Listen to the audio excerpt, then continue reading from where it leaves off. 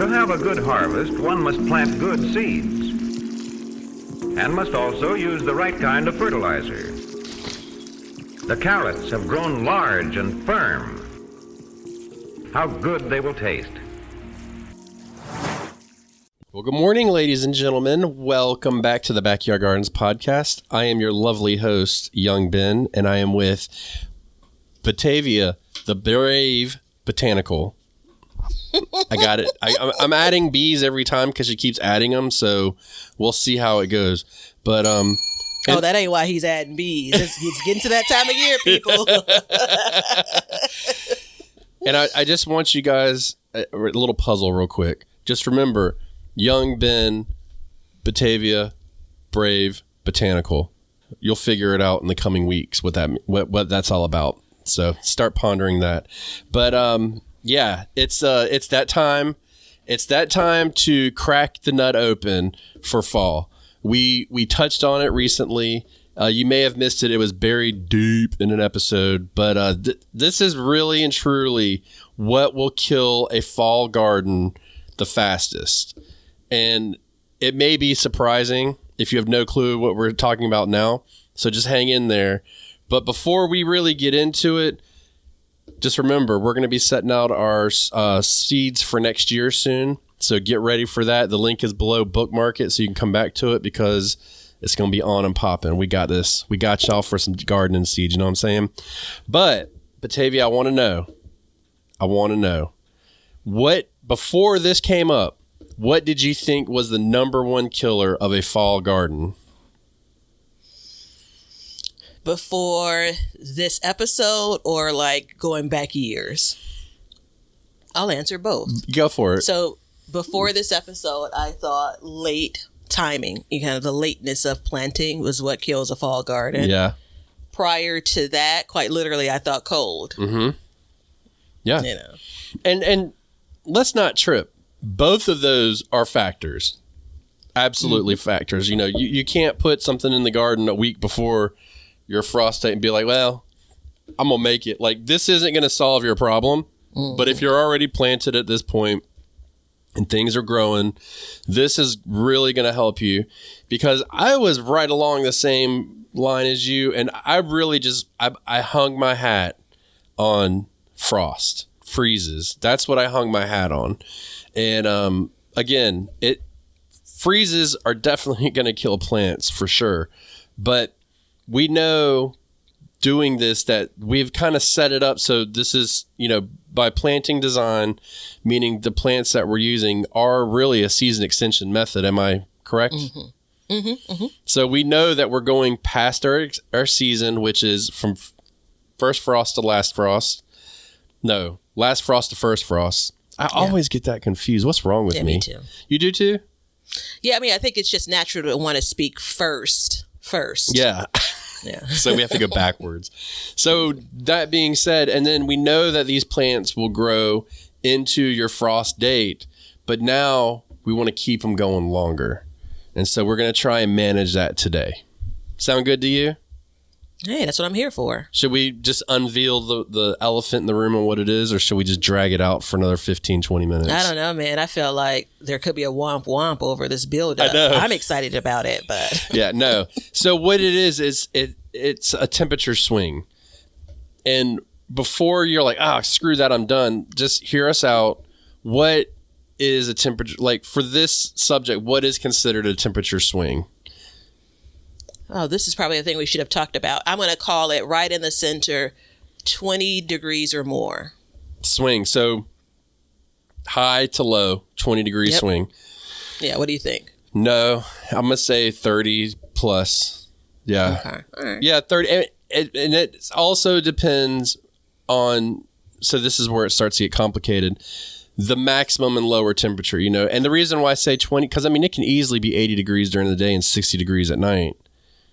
or 20 Damn and it. 40. I was ready to stand. I had this whole speech prepared about how we are two different brains, two different humans. We could have different opinions about a thing, and we were just going to walk through this episode with you saying 30 and me saying 20, and that all just collapsed. Yeah. All right. I'm on board with 30. And mark it on your calendars, guys and gals. Well, and see, now that I've not normal. Now that I've said it out loud, it could even be like a 40-degree temperature. No, listen, swings. now you're just going too far here. So it could be. I mean, if you start thinking about it, and it's one of those concepts that we have to understand is like if you step outside of your home and you sit outside from day to night, you're going to experience dramatic changes throughout the day from sun up to sun up. Especially at certain times of year. So that's something that we need to keep in mind. But all of this becomes kind of an issue, and understanding what a dramatic temperature swing is really important. And that's a lot of the reason why for years I've sat here and called where I live the heartbreak zone. And then also, we're currently in the yo-yo season. So high, low, in the summertime, like for me, it'll be 78, 82 at night and then 90s during the day. So, it's a pretty mild change. Yeah. How about you? What's it like in the summertime for you? I think it's probably dropping 10, maybe 15 degrees probably is the biggest drop in the summer. So, actually, I'm going to go with about 10 degrees. So highs in the 80s, lows are going to be somewhere in the 70s. Right. When we start dropping back down to 60-degree temps, it's, whoa, horsey. Yeah. And most times that's just for a snap period of time. Right. And so in the fall, what's it like for you? Well, since my garden memory can't be trusted, I'm consulting my handy dandy. I can hear you clicking. Past weather. And I'm glad I did, because I had a speech prepared about how it's unseasonably warm here in September this year. And it's not. Like, it's pretty on par. I think you should cut all speeches for the rest of this show. Right? Suspend them all. Probably, again, 10 to 15 degrees. October is when we get to the big, big swings. Yeah. And so that could be... dare I say, I'm actually going to back off of that. I think our lows and highs are closer together than a place like where you live. Like, I think that even if you get to think about winter, if I have a low of 30 degrees or a high of 30 degrees, my low is going to be 20 something. Yeah. So I don't live in a space where, it's that extreme consistently. Right. But as we've learned, it doesn't take day after day after day to have those kind of temp swings for there to be damage. Right. Yeah. And the problem becomes is we will magnify the swings too, just by what we try to do. For me, I already went over the summer, for the fall, it can be all over the place. This year has actually been everybody around here is like, it's been such a cool September. And then even going into October, which is the month that we are currently in. Let me double check. Yeah. At the time of this release, it'll be early October. We can easily have a 90-degree day and then a 50-degree night. Like that can happen. Typically speaking, though, we're about 30-degree temperature swings this time of year, 20, 30 degrees. And then as we get into the winter, it can be, I would say, it's not uncommon to get a mid 60s to a mid 70s, low 70s, but then easily drop down to the low 30s to mid 20s. So you're talking at that point, you're talking 40-degree change, 45-degree change. And that's when it starts to get dangerous. So I have this thought that I've shared a couple of times here and a couple of times there around, a common question is a couple of teenage girls, like young girls. It's the sweetest thing. A lot of people that stop by that, chat with me, they're probably 30s and above, And so closer to my age, older than me, I do get young people like, teenagers every now and again say, I like your flowers. And so she's probably like 15 or something. I mean, at this age, it's kind of like a little girl, right? So she, I was sitting out collecting my sunflowers on my crate in the street, because that's what you got to do. You got to take breaks and sit down when you can. And so she said, how long does it take these to grow? And so you try to process the question, and I told her like 3 months. And she's like, well, you've had them ever since we've moved here. And so then I realized like she was saying like, how many years does it take to do all of this? And it's funny because a version of that question is, where did you learn all of this? How did you learn all of this? And it's like time and interest and desire to dig and to read and to watch and to learn. And the reason why I like an episode like this so much is, when else do you have time to dig into like breaking up your weather? Like, I feel like maybe I know this, but my gardening memory is again, kind of fuzzy. I'm looking at September over the last couple of years, and I'm not trying to go back 20 years, but looking at September over the last couple of years, and it's exactly what we're experiencing now. And then the shift comes into October, where we're having multiple days of 50 degrees as a high. Yeah. Going back to the earlier question, the lows aren't going down, in the early part of October to, 20 or anything. Not yet. Yeah. Right. And then in my mind, I toss in, gosh, I should never have, I'm speaking in extremes, people. I will have this in the future. I should never have tomatoes in my garden in October. Like, it's just a waste of stress. Yeah. Like you look at this thing of you're battling multiple days in the 50s, multiple days that are dipping into the 40s. Like, why bother with it? So all of that said, this has become one of my favorite episodes as we're kind of winding down summer, getting into fall, and kind of reflecting, right? Yeah. So, all right. Well, it's funny when you were doing your soliloquy there. I was thinking, you were saying that like young people would walk by and, say, hey, I like your flowers, which is sweet. But can you remember when you were 15 years old?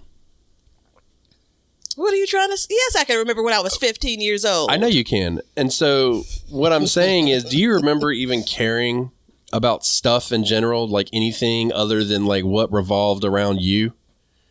I feel like I was a really considerate young person, but no, I can't remember caring about anything else. Right.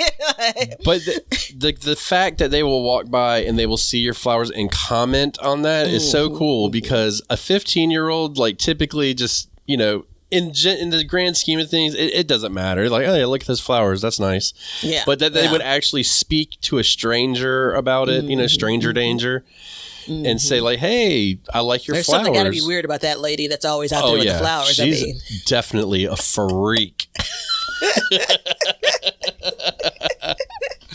Make sure you only talk to her during the daytime. Don't talk to her after dark. Yeah, well, I could vouch for that one, though. Don't ever call Batavia at night. You get a whole new Batavia. I had a girlfriend call me. She came over to get some basil yesterday, and she made this delicious pasta dish. And she called me literally, it was 7:00, and she's like, "Are you asleep?" And I said, "I mean, I had one eye closed, but I mean, what are you?" Of course, I was asleep. You would never admit it, though, right? That's like my friends asked me, they're like, what time do you go to bed? And I was like, bro, I'm in the bed like 9:30, 10 o'clock. I'm like, I keep farmer's hours, like that's just the way it is. Yeah. But okay, let's get back on track. So when is it dangerous? So, these high changes make it dangerous. And Batavia had sent me an article in I don't remember. Do you remember what episode we were doing? It may have been a patron episode. If you'd like to support the show, please. That can't be. And at this point, if we didn't tell Leonard in advance that we needed him to note it, that would be the only chance that he would have commented on the episode. Well, if you'd like to support the show, please join us on Patreon. We would love to have you, or Apple subscriptions. Okay, so she sent me this article, and it was actually from North Carolina, and it was about broccoli.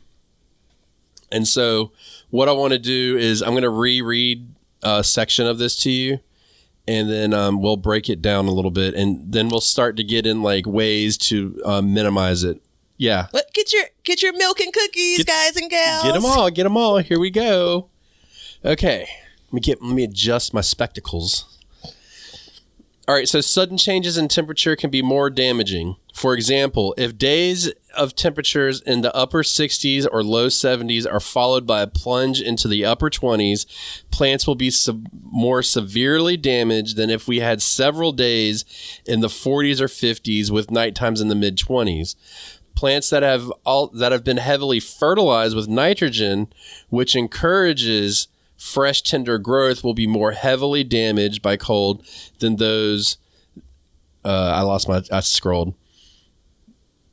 Where are we at? Then will be more heavily damaged by the cold than those fertilized at light to moderate levels. Ooh, I lost it on that last sentence. That's embarrassing. It's okay. It's only the fourth time you've read it. I know, but it's important because, that last section where it was like, days in the 40s, the 50s, and 20s, that kind of flips the script on what, you and I and how many other gardeners, I can hear people in the car be like, I thought the same thing, and this isn't Joe Schmo from, some blog stating this. This is an actual credited North Carolina State University agricultural, extension service doing this. So it's been studied, and it's something to note. I know that in previous winters, we would have periods, and it's not uncommon for us to get periods in the 40s during the day, and I would always kind of freak out. But as I've grown older and older in my gardening career, in both life and my gardening career, I've started to realize what these cool season crops can handle and really like. Yeah. And it's really eye-opening to see that. So if we factor in, and we have to factor in the fact that we're using season extension devices, most people are, meaning low tunnels, frost blankets, greenhouses. Can you think of anything else? Plastic. Yeah, low tunnel, plastic. Yeah, so you do that, then you make it's even more extreme after that, right? When you started using a low tunnel, what was your mindset and how you thought the temperatures would work in that the first year you started using them? And I started using them to cover my beloved collards. Actually, there were some other things planted. So two versions of it. One was fully mature plants that I didn't necessarily understand how cold they could take it. And technically, they didn't need the cover when I initially applied it. And then another bed, when I was applying a low tunnel, like kind of one of the first years of it, I thought that it was going to continue to help them grow. Yeah. And I didn't understand how cold my lows were.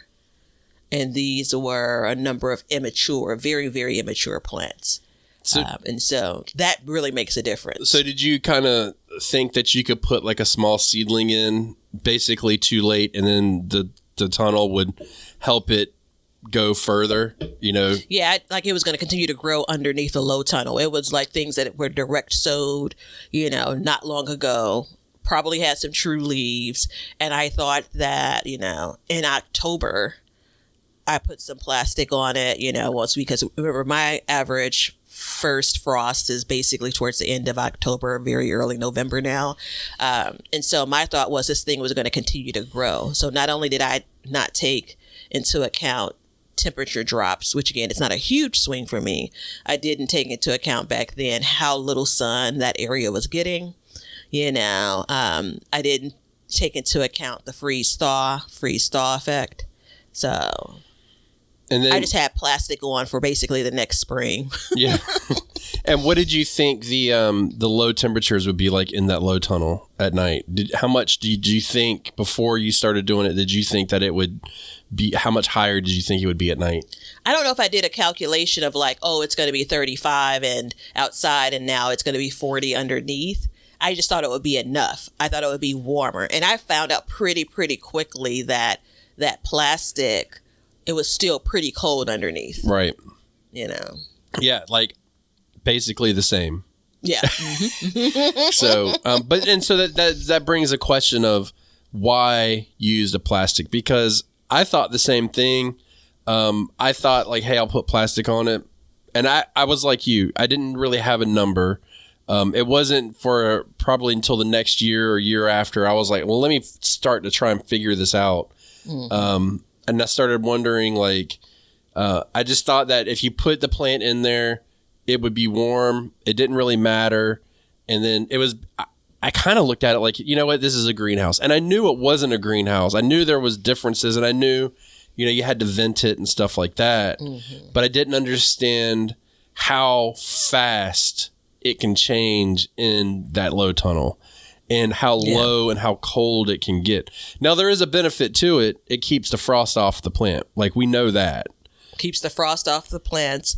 There is, and I don't remember if I was aware of this, but there is definitely some protection from the winds. Yeah. You know, that can be damaging. That's going to have an impact on it. It's going to be colder than whatever the air temperature is, right? You know, so that is a benefit, right?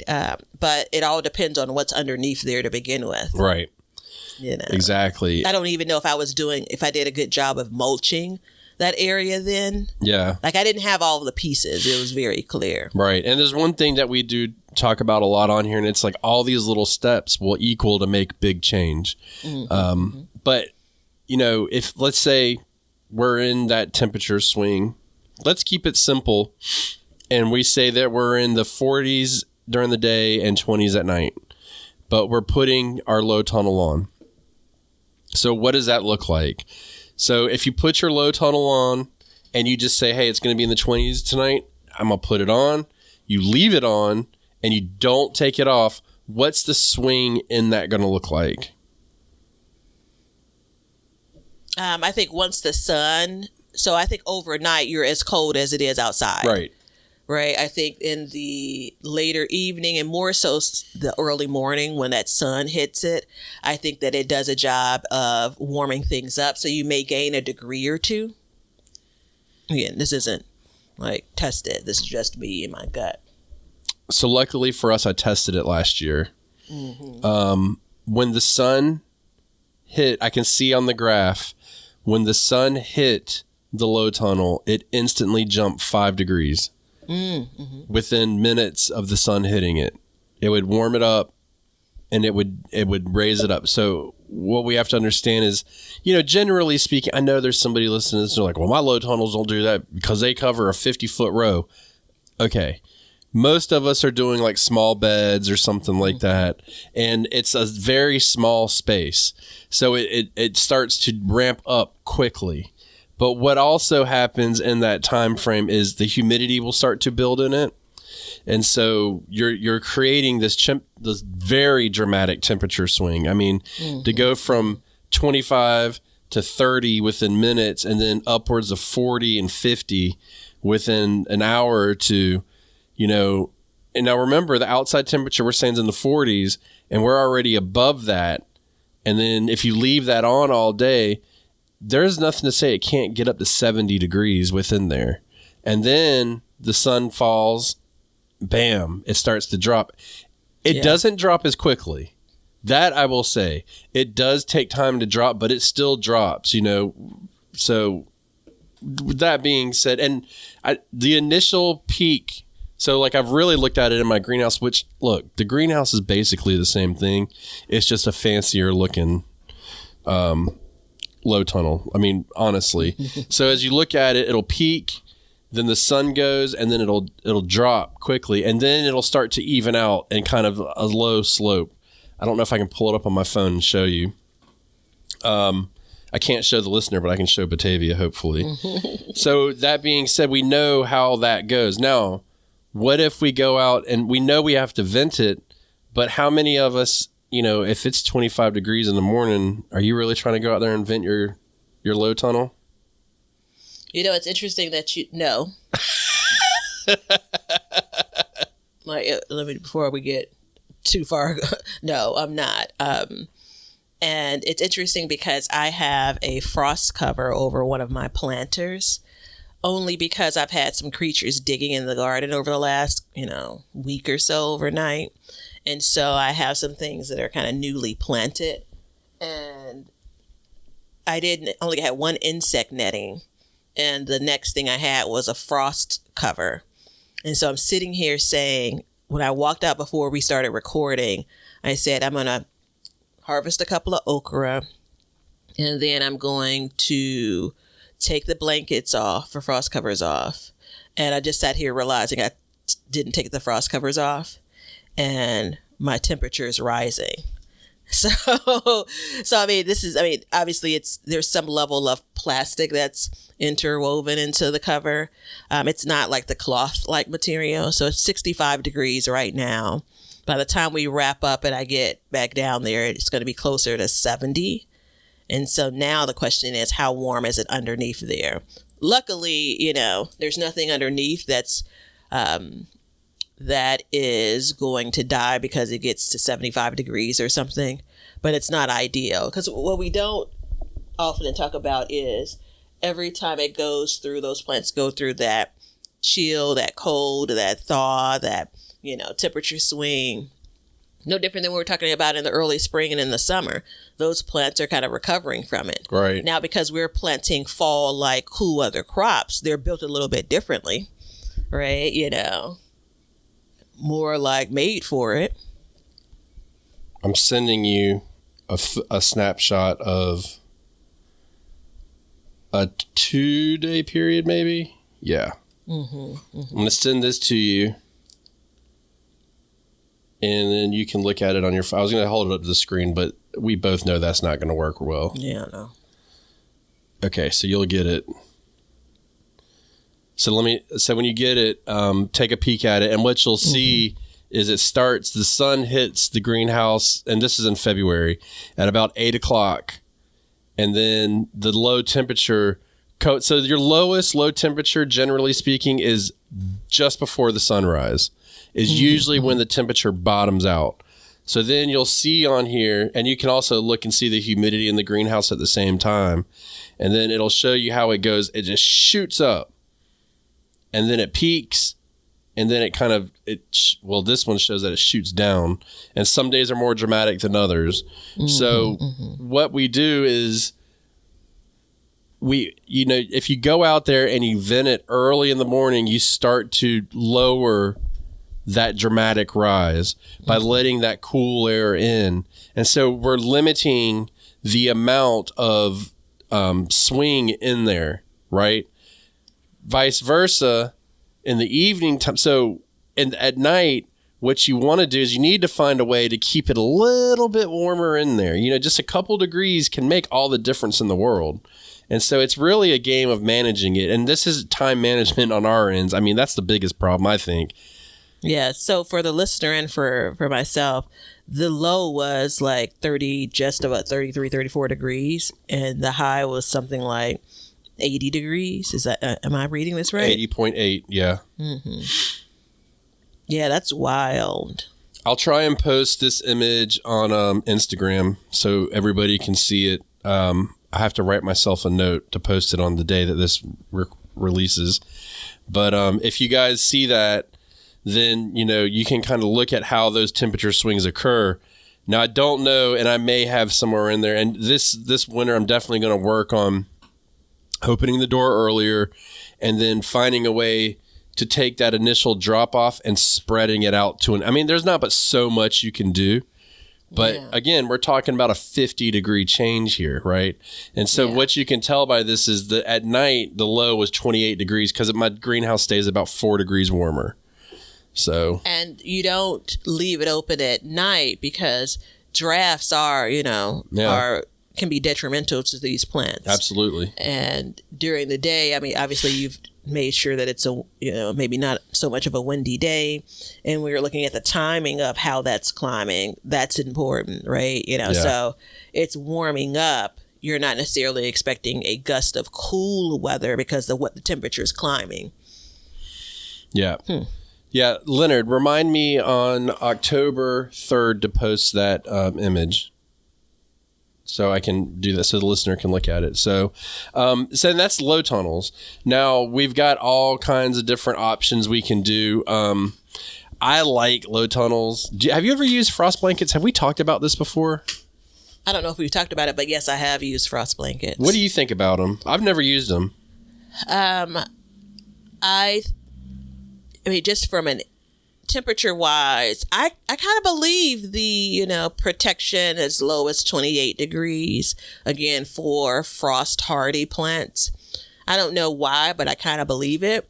I think that it's the same kinds of, I think that frost blankets probably provide a bit more protection than just your regular plastic, because simply put how cold the plastic can get. Yeah. I think that the frost blankets are just easier to work with.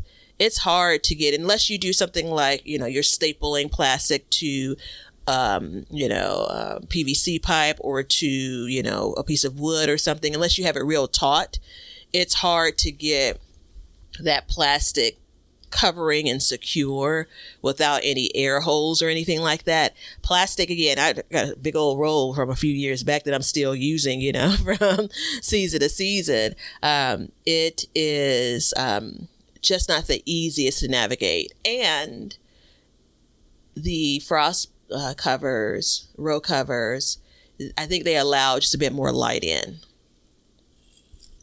which is important. Mm-hmm. Sorry, I had to wet my whistle. Mm-hmm. Yeah, the one thing, to be honest, the only reason why I haven't bought frost blankets is just cost. It's just one more thing for me to keep up with. But I think the thing to remember when we, if you're comparing the two, is if you're just worried about frost getting on your plants, they're breathable. Yeah. So, this venting is not that big a deal.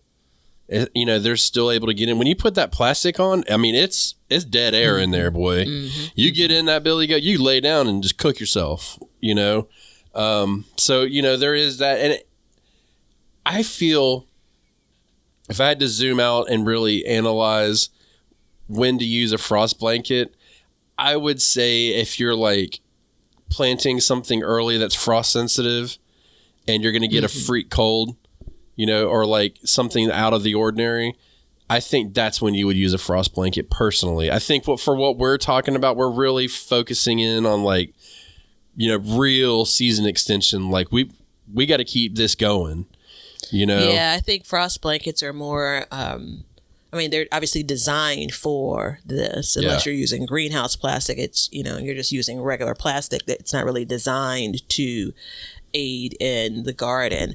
I think frost blankets are really protecting the plants, whereas plastic, it could do some protection for the plants, but it also helps keep your soil warm, more so than a frost blanket, I think. Boom. And what do we already know about growing this time of year? The recovery temperature is very, very important. Mm-hmm. And we're not just talking about temperature swings at this point. We're kind of veering a little bit.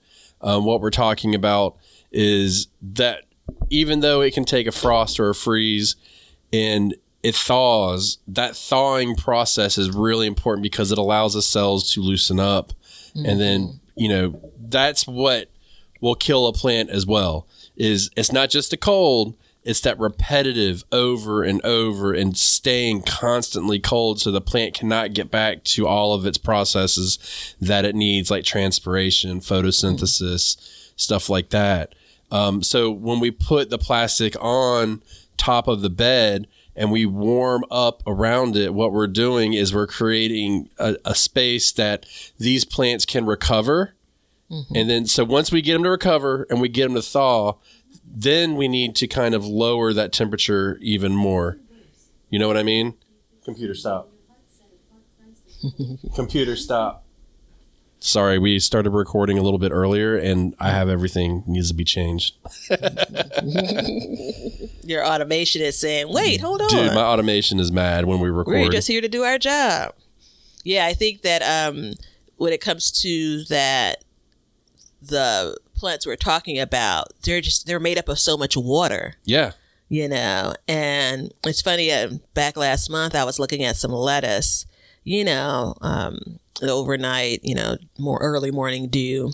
And I'm like looking at the leaves and the tips of them and how it looks like kind of a watermark. But I know, let the day move on. It's going to look like normal lettuce. But then you think about what happens. I mean, we're talking like maybe a 60-some degree night. But again, there's so much dampness in the air. And think about the way that plant's going to look and what it's going to need to recover when it's 40 degrees. Absolutely. It's tough, right? Mm-hmm. And so, if you were going to put a low tunnel, okay, let's say you've been, today, and you're going to put a low tunnel on a new garden that you've got collards and cabbage in. Let's just say that. What would you do for that whole bed, knowing what we know now, to minimize the temperature swings inside of that bed, but yet make sure that it had the recovery time during the day? Like, what steps would you do actually for the bed? And then what steps would you do the next day after a freeze? So I would, at the start of planting, I'd be more conscious of my spacing for planting. Mm-hmm. So I typically during a season will plant, let's say my beds are about, 42 to 48 inches. So just under 4 feet across.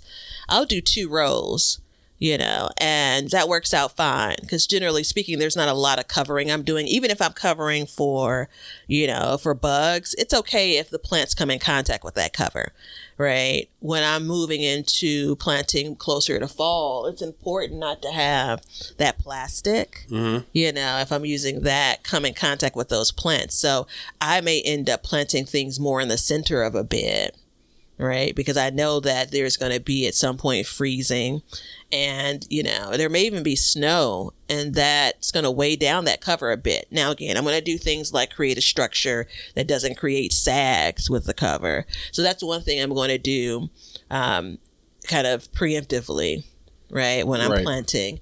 Definitely going to have some mulch around those plants. But then once we get to the point of I've had a frost, I wait until, the sun is so low in the places that I'm planting in when it comes to how it's going to hit those beds.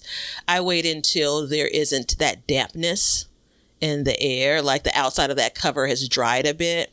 Because when I end up moving it, I don't want to pour all the protection out. I protected these plants from all this stuff. I don't want that to dump onto the plants when I'm venting it. I'll be frank. I don't do a lot of venting. Well, I mean, for the garden. I was going to say, yes, you do. Yeah. I don't do a lot of venting. And I think last year I didn't cover anything at all, but the years prior, I would walk by and I'd see the condensation. I'd be like, oh, let me give this thing some air. Yeah. That was the signal for me. Because remember, again, there aren't huge swings. And because my lows are pretty low, these plants generally are okay. Even if it was to increase by 10 degrees, because they're undercover, it's 10 degrees warmer with the sun. Generally speaking, they're okay. Well, and so that's real. I'm so glad you brought that up because, it's important that everything that you do, you tailor to your area. Mm-hmm. And, I could not vent. I have to. Mm-hmm. But I've grown in cold under a low tunnel like you have and are.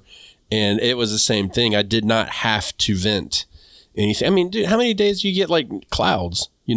Cloudy days. And that temperature does not go up when it's cloudy. Yeah. It'll go up a little bit, but it is dramatically different. So it's really important to if you're listening to this and you're like, well, what do I do? You've got to figure it out for yourself. Mm-hmm. You've got to think about it and you've got to make a decision. And it's a hard decision to make too, because you don't know what's right and what's wrong. But if you go by the data that we've presented and know that what you really need to be worried about is minimizing that swing. And venting doesn't have to be opening it up all the way. It could be opening it up 5 inches and putting a brick under it. You don't have to build some stupid contraption to hold it up. You could put a stick under it, And for instance, in my beehives in the wintertime, totally off subject, but this will put it in perspective. Bees keep the inside of the hive 90 degrees. It's cold outside. They'll create condensation, and then it'll rain back on them, and then it'll freeze and kill them, right? So what do? We take a toothpick and we stick it under the lid to create vent. That's all it takes is a toothpick.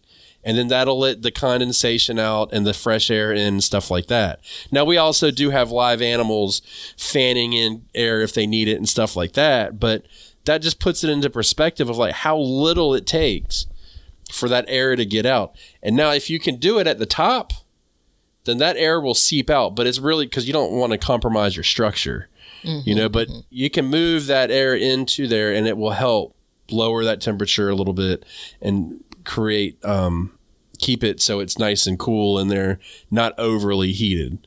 I don't know when the timing of this, but because it's probably gonna be like the 42-minute mark, I had to write down to come back to, because he tried to slip a whole lesson in about bees, and it was like I was on double speed or something. Like, I'm going to slow this thing down and re-listen to that bit. For cold frames, which I've not officially, the cold frames with like, a glass top or something, or like, I've not had, but I've seen and believe in the idea of like venting it with a brick or a stick. For the low tunnels that I've used, because I use spring clamps, you get them in your hardware store almost exclusively when it comes to like my coverings. It's super easy to take even just a couple of the spots and clamp the plastic, the row covers, whatever you're using, to that PVC pipe. Right. To whatever the structure is that's holding up that cover.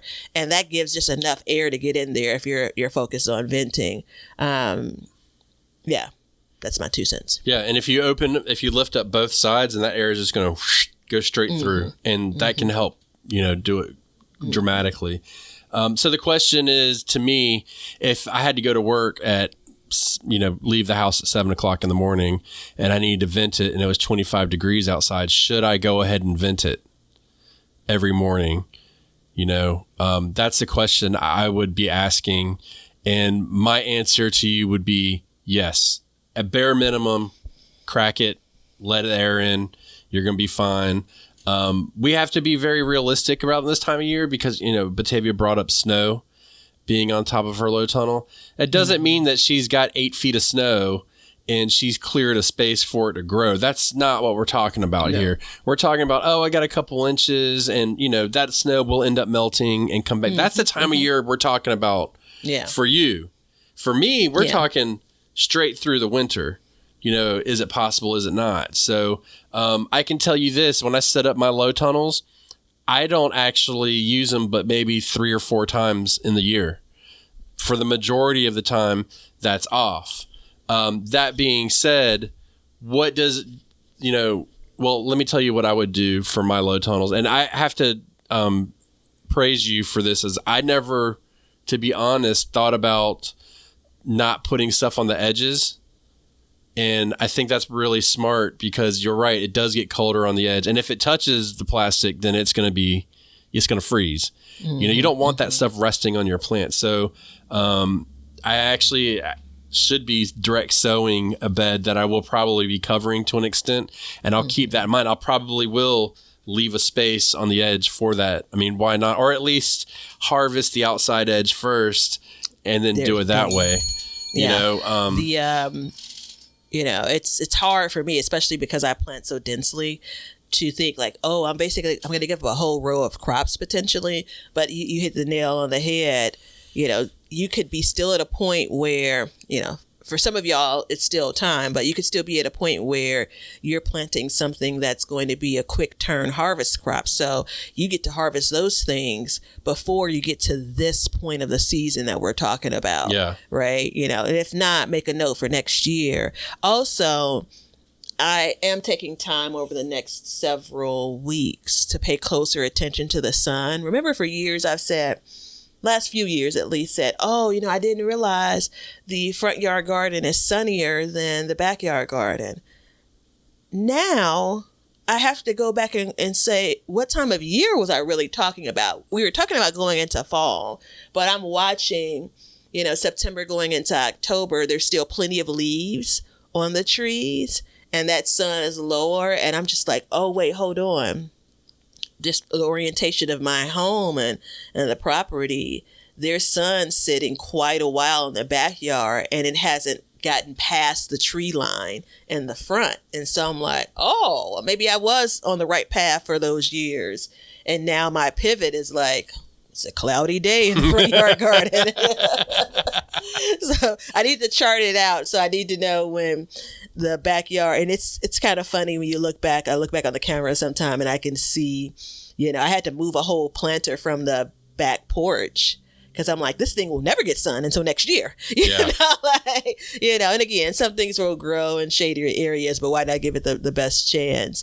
And that feeds into, if the sun isn't hitting that space, generally speaking, the temperature is going to be the lowest in your garden, right? If there's almost shade in the place that you're planting in, then sure, there's going to be like, as the temperature climbs, but it's not going to be you're not going to get to that high. Right. Because the sun is required for that, right? Right. And I don't know if we mentioned this earlier, but what this is all about is reducing the amount of stress on the plant. Mm-hmm. That's what this is really about. When you start stressing it out, you start to have issues, and it can be a very fast downward spiral. So just remember that. There's many more technical reasons, and for the interest of time on this show, we're not going to get into those.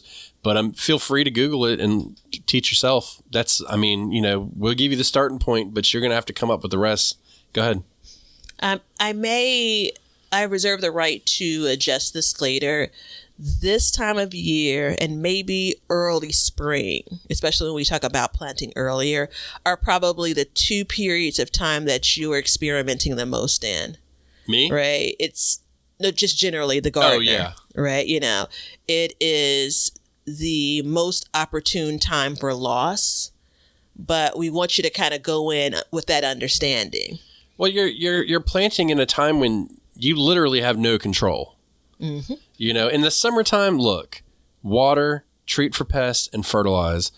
But once you get outside of that main growing season, you have zero control over it. So what we're doing is we're just kind of minimizing it and mitigating as much as possible. Mm-hmm. And I stand firmly in this. These are the times of year when you learn how to garden the most. Mm-hmm. Because you're having to pivot constantly, and we get chances to kind of work on this. I will say that if I was to add plastic or a low tunnel to my garden, at what time of year did I do it previously? Would be first frost. I would do it. Now, my weather is a little bit weird. We can be 50 degrees one night, and then the first frost could be the next night and be, 30 degrees. But I will say this, I would start probably about a week to 2 weeks before my first frost, start playing around with adding the plastic on top to keep that temperature a little bit warmer. And that would speed up the growth a little bit. Because what we're doing is, you need all those leaves to harden off as much as possible before you start to get those cold nights. Because once and it's the same in most places. Once you get a frost, it doesn't necessarily mean that's it. Mm-hmm. You're still going to be a period of time where you're not going to be below freezing at night. So there's a little bit of a dance. But that's a good time because you're delaying that first frost on that plant in that specific area. And you're minimizing, again, that swing. So, I don't know. I think like a plant with 10 to 20 degrees is probably the perfect swing for a plant to kind of say like, okay, it's nighttime, other than the fact that there's no sun hitting it.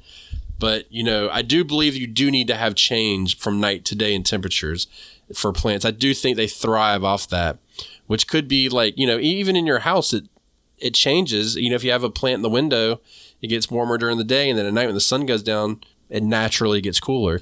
I think they thrive off that. Yeah, I'm not sure. I'm going to think on that. I don't like to sleep when it's hot. I can tell you that much, so I thrive off of it. Yeah, that too. Good point. I do think, kind of in closing for me, like, understand to what end you're doing this. Yeah. Right? So I did I'm trying to think of what it was.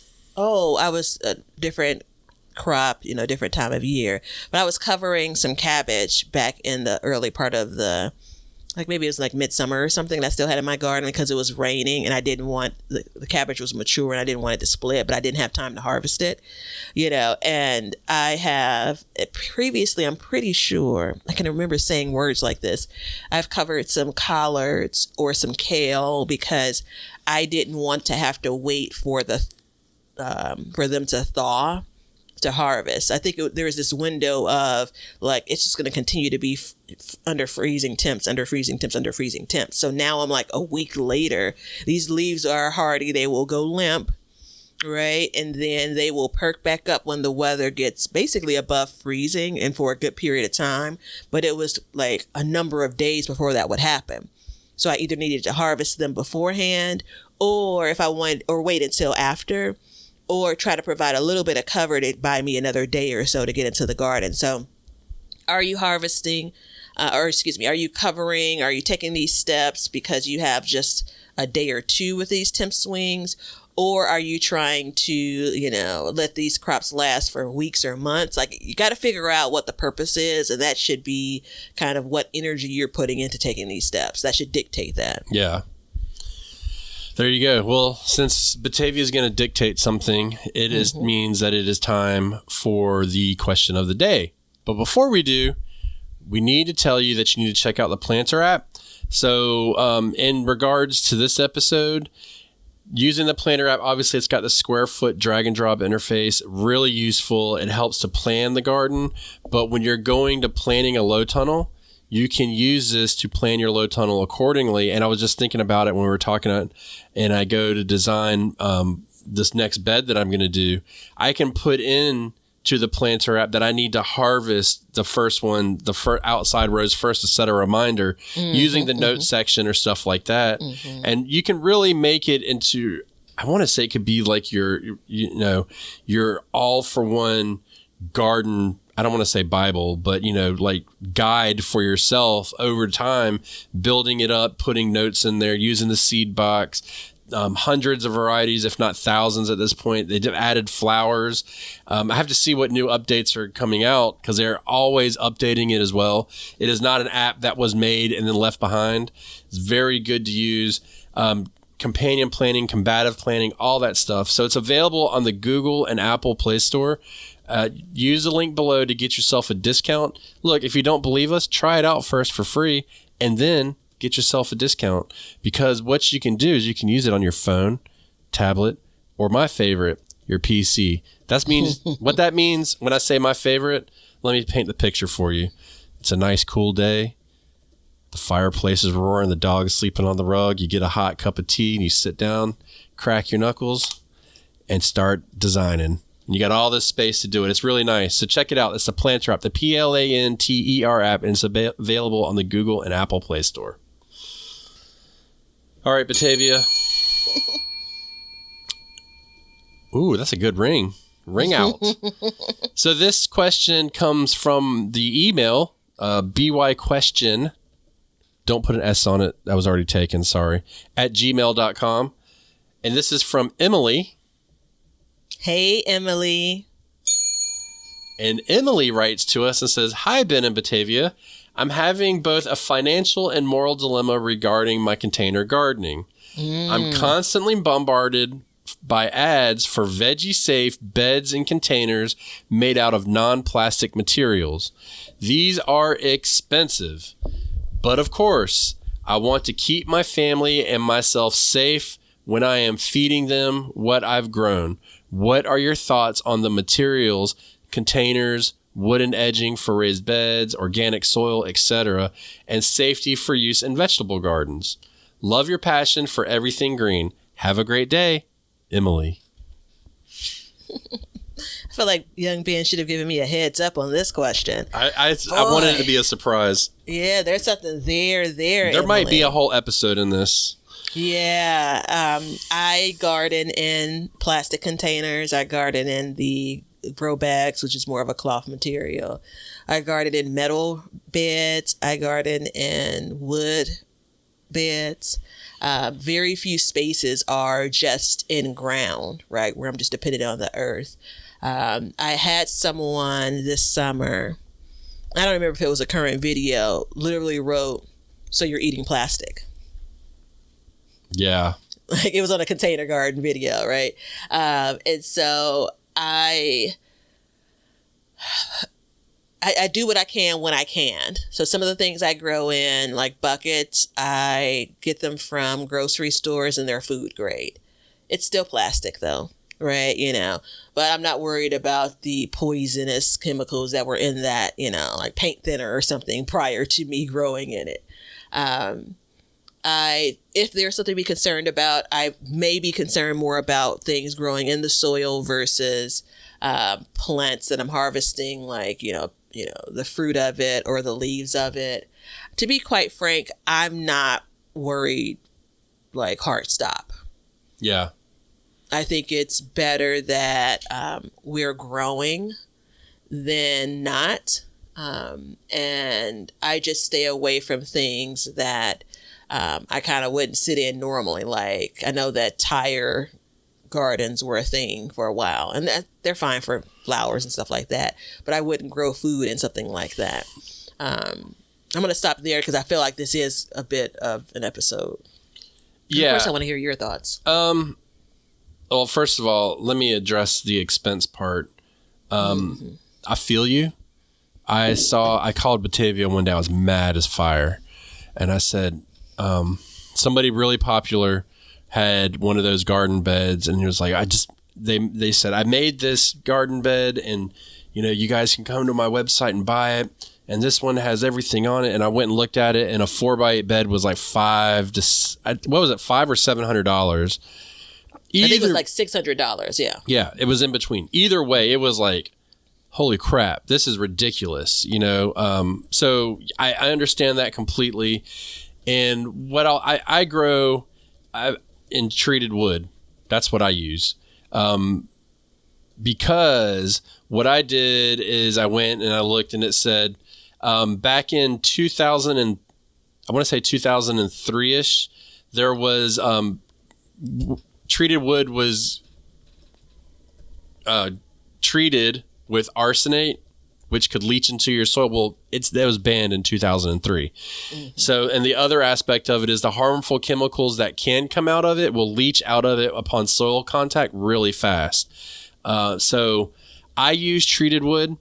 I'm not overly concerned about it. If you're worried about plastic, look, they find microplastics everywhere. Mm-hmm. They find it embedded in our bodies now. So it's really tough. And what I can say is, if I could give you a piece of advice, is don't freak out about it. Think about, like, if you're buying food from a farm, like, what are you trying to avoid? I think it's really hard to be absolutely perfect unless you do an in-ground bed. I think that's the way to do it. But otherwise, wood's fine. If you really don't want to use treated wood, use cedar. It costs a lot more, but it is more affordable, or it is, safer in general. It has natural tendencies to wick away water and not rot. If you don't use treated wood, you just use regular wood, you're going to be replacing your garden beds every 2 years. Guaranteed. You don't want to do that. It's just kind of a pain. And that second year, it's like a crumbling mess. So that being said, do what you think is best for you. But as far as like organic soils and stuff like that, it's just find your what you want to use and research it. Wooden edging is not a big deal. Containers, I use plastic containers. You buy them in plastic containers. They come from plastic containers. It's a hot mess. There's a lot of different ways you could avoid that by building all wood pots and stuff like that. Organic soil, again, know your ingredients, know where it comes from. I'm blessed. I have a guy close by that makes soil, so I can, compost and topsoil and stuff like that. So I can get it from him. But otherwise, if you want to get into the weeds, you buy a bag of plastic soil. It's in plastic, or a bag of organic soil in plastic, and plastic sits out in the sun. Can it leach out into your garden, into your soil that you're going to put into your garden? Like, it's a rabbit hole that I just do not want to go down. I see a lot of people struggle with it. But anything that you grow is going to be better. Just don't put it in a tire. So tires will leach, and that was a big thing. What I guess is about 15 years ago, was planting potatoes in tires, and tires do leach out stuff. You know, they're not very healthy, but you know, just get creative and do the best you can. But if you want to be totally safe, do an in-ground bed and just go from there.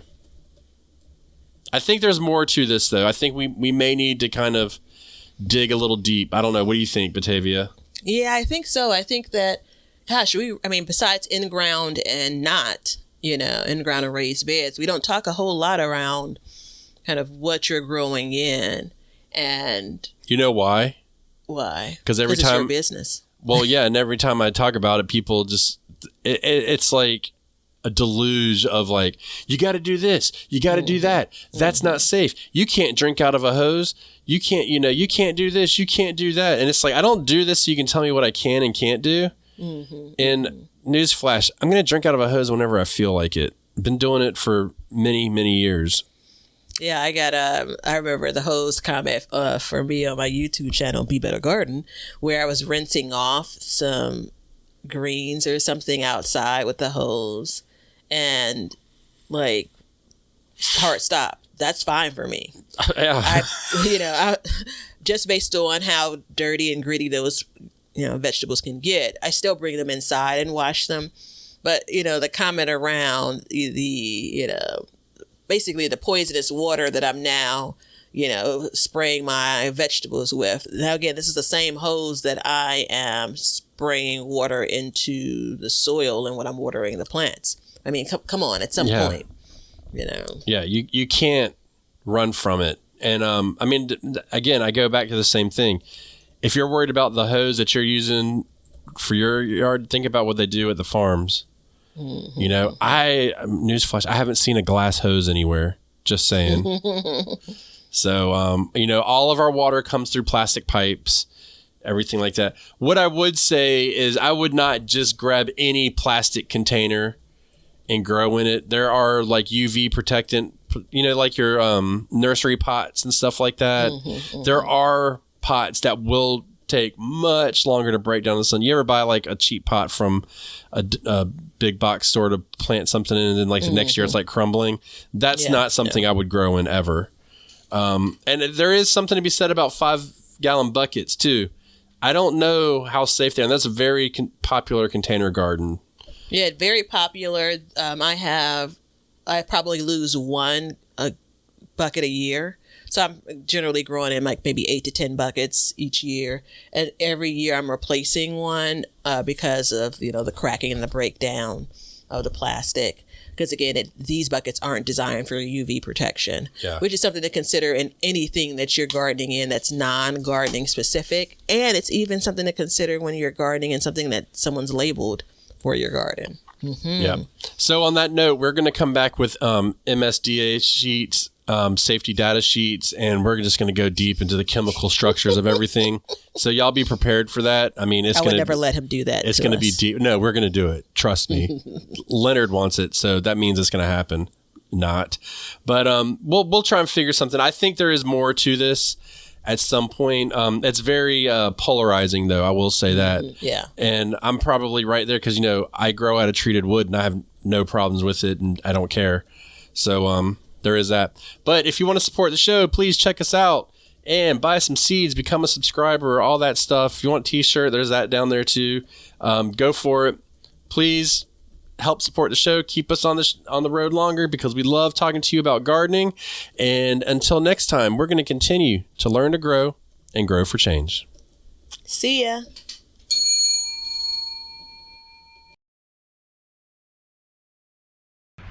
Now you know why people feel like celebrating at harvest time. All over the world, people have feasting and good times when the crops have been gathered in.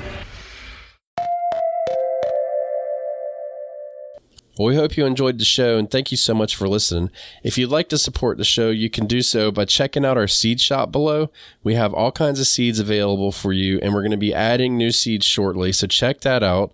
Get yourself some seeds. It's free shipping, over $35 orders. So go ahead, get a full garden. What are you waiting for? Order your seeds and stock up. or you can become a subscriber. You can either be an Apple subscriber or a patron, and that will help support the show. You'll get one free episode every month, an extra episode, that is. So we definitely would love to see you over there and become part of our crew. Join the Backyard Gardens community garden in Facebook. That's free. Go ahead, join that, and join the community where all the listeners get together and they can help each other out with their trials and tribulations and just show off their gardens. There's not a better way to do it. And if you're curious about what's going on in our gardens, you can check out our individual YouTube channels. So I'm at Sandy Bottom Homestead, and Batavia is at Be Better Garden. You can check that out and see how each of us are growing and what we talk about on those, because a lot of times we will coincide with the podcast and help add information in that maybe we didn't get out in the show or we feel that's pertinent at a certain time of year. So check that out and enjoy seeing our gardens and what we do in them. And we have an Amazon store which has all the products that we use and recommend in our gardens, and it helps support our show. And we also add to this list periodically, so be sure to check it out periodically to see if there's anything that you need for your garden.